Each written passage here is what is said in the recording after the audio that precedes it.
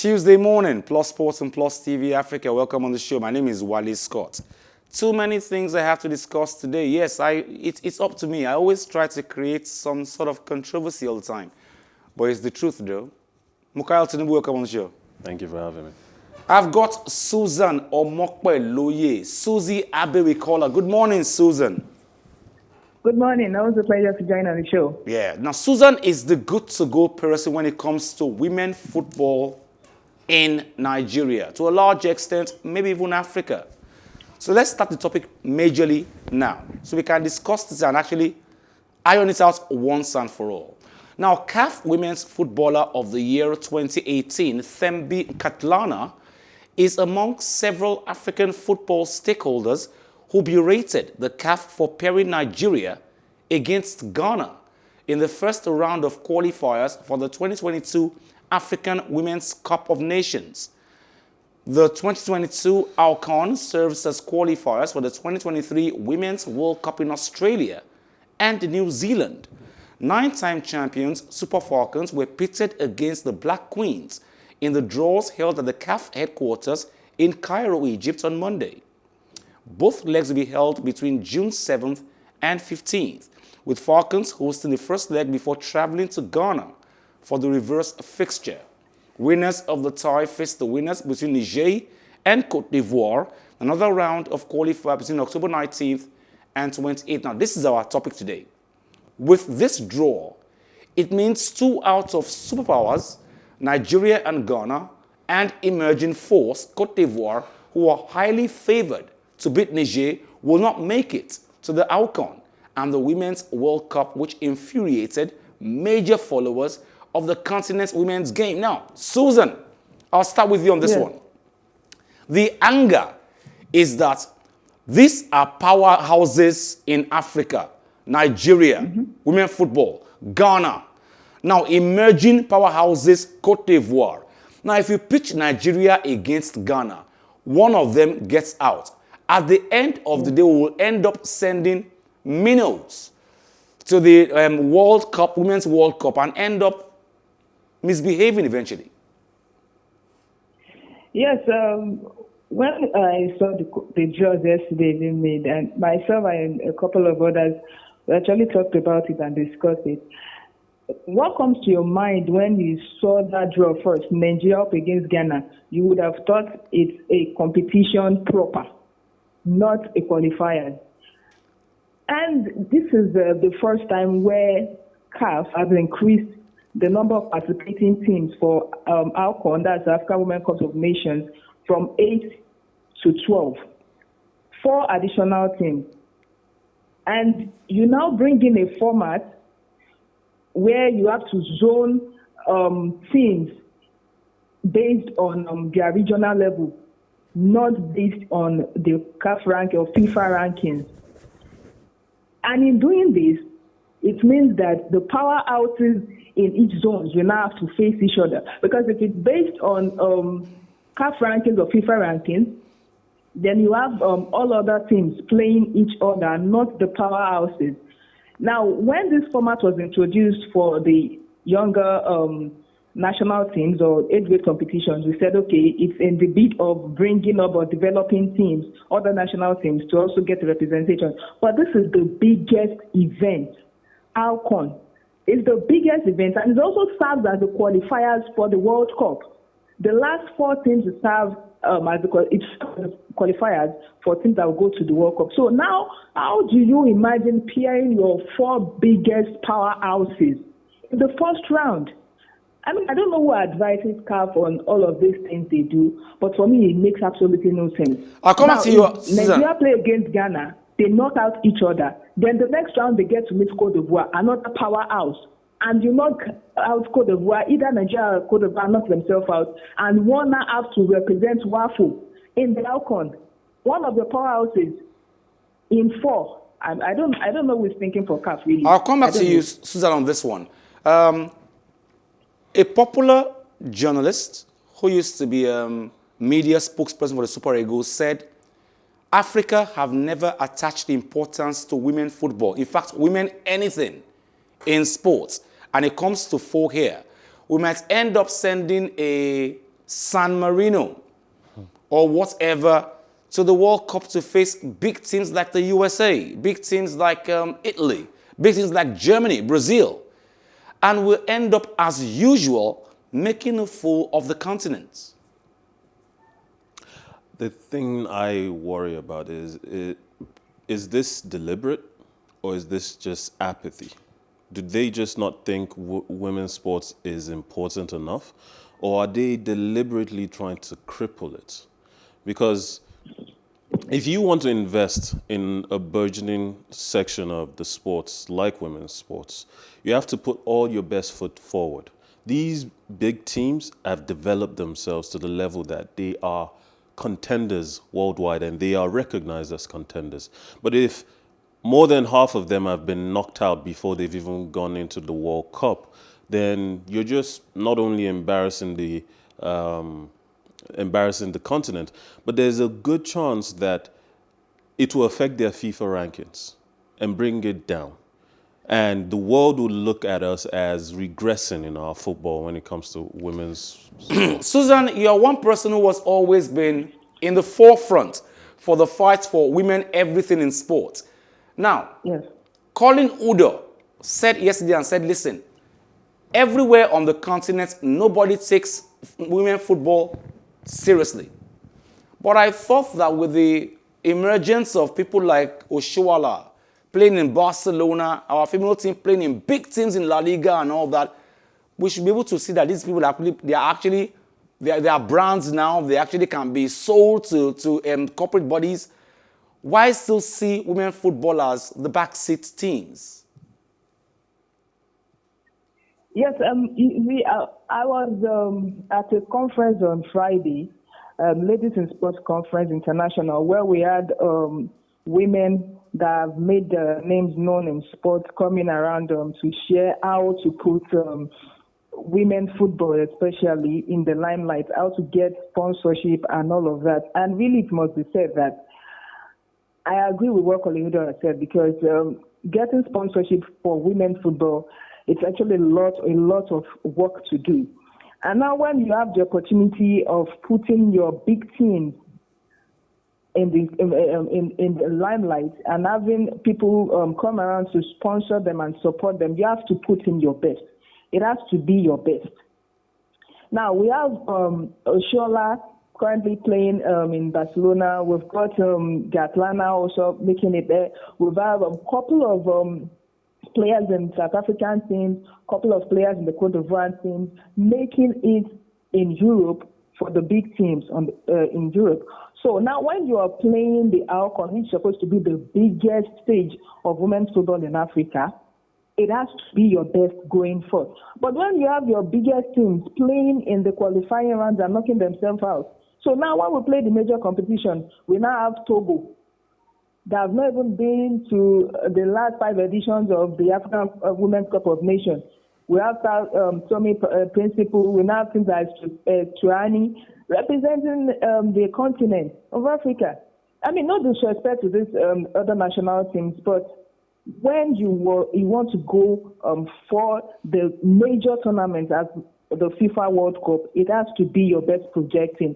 And these are the faces of African football. Gatlana for South Africa, Oshoala for Nigeria. We're starting to have Ajibade also coming up. We're starting to have Olueyi, which is our goalkeeper, also coming up, and a couple of other African players in the women's team coming up. So this has to be the face of the AWCON.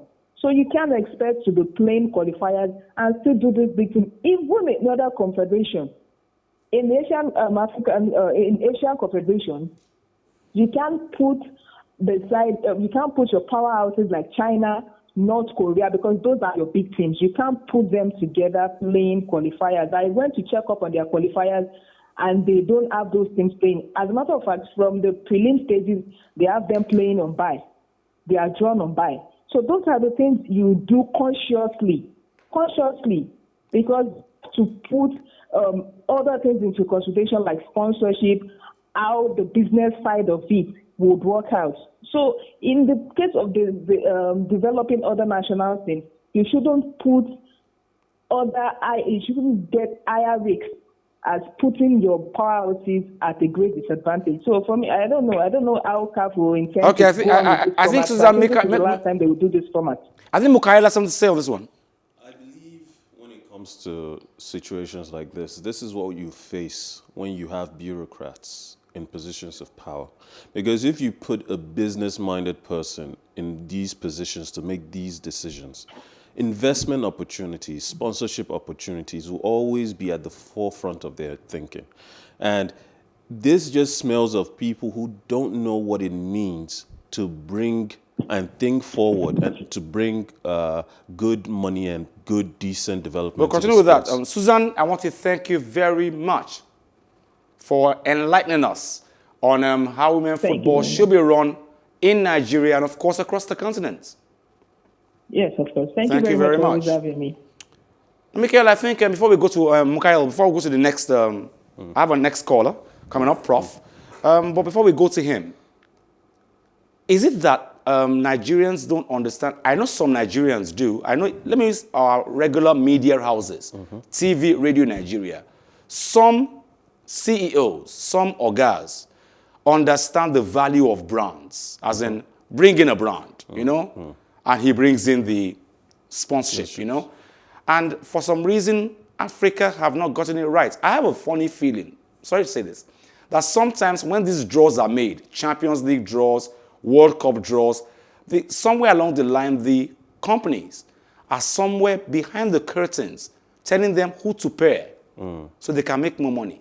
Everybody knows a Barcelona against a Manchester United will bring in a massive crowd into the stadium and, of course, major money. Well, we must learn to be able to, in the course of doing this, it's obvious the guys over there are beginning to understand how to make money off these things, know who to pair with who, and who to make money from.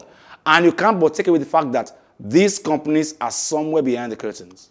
Well, on the one hand, you're right. We should be skeptical about these arranged sports events because the agendas that are going on behind the scenes are always pulling strings that require them to make the most profits possible from these events. While we, the fans, we are the ones who set the tone though. Because we know who we want to watch. We know where we're going to put our money in. And that is what orchestrates their planning. A few years ago, during the Mourinho era in Real Madrid, one of the games between Barcelona and Real Madrid came so quick and fast. There was so much regularity at it. In Copa del Rey, in La Liga, and in Champions League. And even a couple of years back to back, there was the impression that the top game to watch for the Champions League final would be a Real Madrid versus Barcelona. Fast forward to today. The consideration of Man City going up against Chelsea, two equally big powerhouses with lots of money to spend and plenty of fan base support. There has been some pushback. There's been some people who feel English teams playing English teams won't feel quite as energetic. As we would expect. Yes. Would it be money well spent for the fans? Some would say no. Well, the thing is, we're going to get good football one way or the other. Yeah, but some people will still feel like you said, some old school fans feel like, if I want to watch good football, it should be an Italian Serie A side against a Spanish La Liga side. I'll get my money's worth. But not to English teams. But then, if you're looking for good football, if you're thinking your money will be well spent watching these European teams fighting across national borders for the trophy, you have to ask yourself, is anyone else in the competition that has been in the competition, that has been knocked out from the semifinals or even the quarterfinal stage, are they good enough to be in the finals right now? I'll come back to you on that one. I have a particular question to ask. It's a tricky question, very tricky. I'll come back to it. Now, Portugal has been described as increasingly likely to host the Champions League final for the second year running as a result of failed talks so far between the UEFA and the English FA. Istanbul was the intended host city for the 2021 finals, but having already lost the 2020 final as a result of the coronavirus pandemic, current UK travel restrictions that put Turkey on the red list will make it impossible for fans to attend as leisure travel to those countries is banned. With plans having been made for up to 25,000 fans to attend in Istanbul, London and Wembley Stadium had been put forward as an alternative, but would negate international travel for supporters and both clubs. But talks to iron out key details appear to have proven difficult. According to the Times, the UK government has offered Wembley as an alternative venue to UEFA. But a UEFA request that its staff as well as media, sponsors and VIPs be granted exemption to quarantine laws that still exist on arrival in the country has not been met. Well, common sense demands that Turkey is almost on total lockdown. And that May 29th is just a day away, if you ask me. And it's supposed to be in Istanbul, Turkey. And now they're saying, let's do Wembley. But Wembley is going under construction as we speak. So the next place will be Portugal. Well, I mean... Can the fans make it easily from England, the UK, to Portugal? I mean, what are the restrictions in Portugal, if any? Not yet. No major ones yet. No major ones yet. It would certainly be, it would be good for Portugal to host the finals again. And what I don't understand is, why is UEFA insisting that their people have to go through the same protocols, the same security protocols, quarantine protocols that are supposed to keep everyone safe? How can they claim that safety is their paramount concern if they're not willing to do what's necessary? This is my question, my tricky question I was going to ask.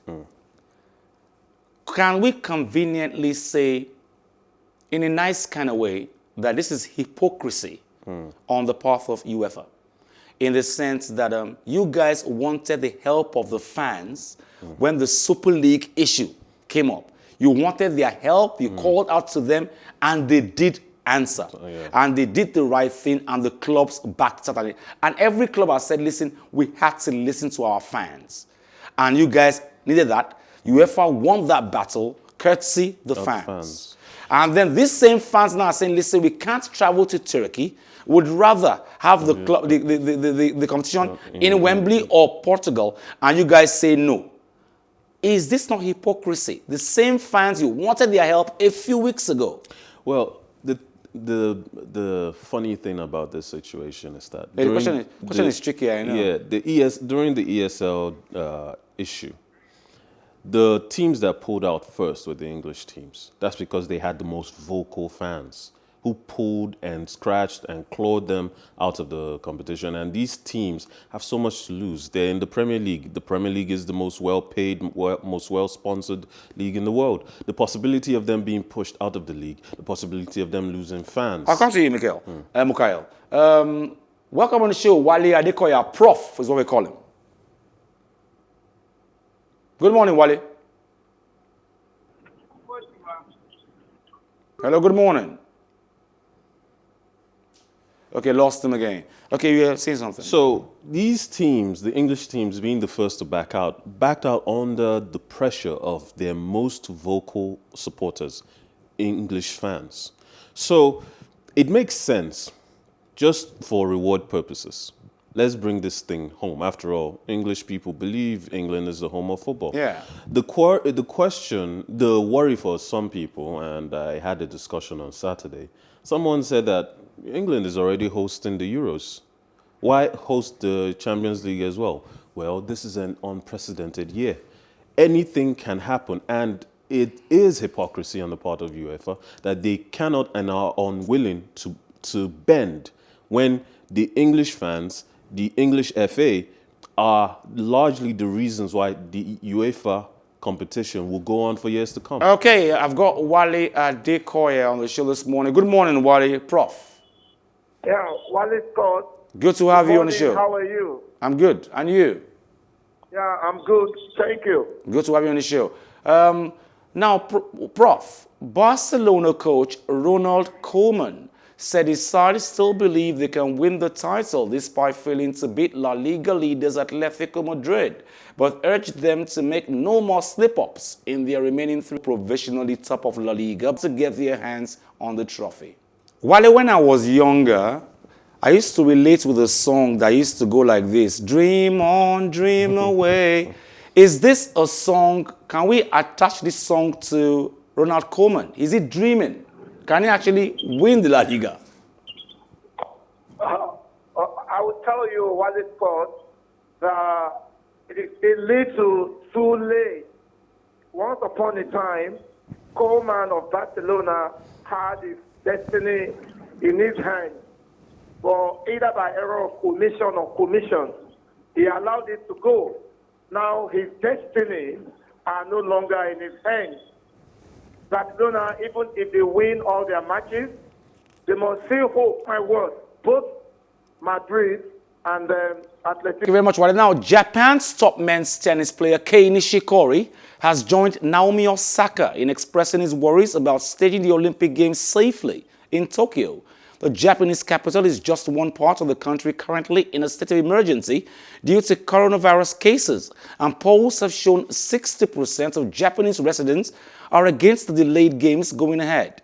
Nishikori says the global nature of the pandemic makes it tough and raised worries about the possibility of an outbreak of the virus in the athletes' village. Now, the Olympics are due to begin at the end of July. Now, for the 4th time, Nigeria is going through another lockdown, basically because of COVID-19, the pandemic. To keep matters safe, the government has chosen to actually keep things safe, keep things under wraps. I've chosen to actually do another curfew to ensure the pandemic does not break out. So I think you can understand when Naomi Osaka said on the show yesterday, and then Kei Nishikori said today saying, listen, can you guys actually cope? The Tokyo Olympics is not just a parlor party. It's a massive arrangement of people, and can you guys make this happen? You can understand their fears. Yes, I can. And it's a lot of moving parts. Everything has to function perfectly, and it's incredibly difficult, nigh impossible, to actually get so many people in a single place, to actually get them to behave in a way that will keep everyone safe. There is some level of corona apathy at this point. People are tired of talking about corona, and they are going to be risk takers at the on the day during the entire event. That said, there's always a way. Where there's a will, there is a way. And I think because it's an international, global competition, as long as all stakeholders take up responsibility, then it is possible to go ahead. Wale, hello. Yeah, Did you hear what Mukhail just said now? yeah, I did. He said despite all, as far as most of the countries come together and take up their responsibilities, as it should be a good package, but shouldn't there be fears, considering we are Nigerians, we are going through a lockdown right now? Shouldn't there be fears that when these guys say they are Asians and I say, listen, should Tokyo take this risk? The Olympics, it's massive. In a situation like this, there is no individual who has the absolute solution. We've never seen a pandemic before. At least everyone alive today, we've not seen a pandemic, like this before. So the solution is neither here nor there. However, with proper planning, with awesome execution, and amazing level of creativity, we can come together as one to give the world the kind of Olympics that we can get. Now, Japan is gradually moving into the red zone, which nobody will want to see. But one thing is certain. When the Germans the other time said, look, we are kick-starting football is starting, the rest of the world felt, what are they talking about? So it takes audacity, planning, and proper execution. I feel the Olympics can hold with lots of restrictions, with power of technology, and of course, amazing skills of biomedicine. medicals. It can work, but I know it's never going to be the same way we used to have it. But I think it should work, if you ask me. Thank you very much, Wale Adekoya, on the show this morning. Thank you very much. We're very grateful. Thank you. I want to thank you very much, Mukhail Tinubu. Join us as usual. Probably will be here again tomorrow. Special day for me, though. Okay. Okay. We'll be here.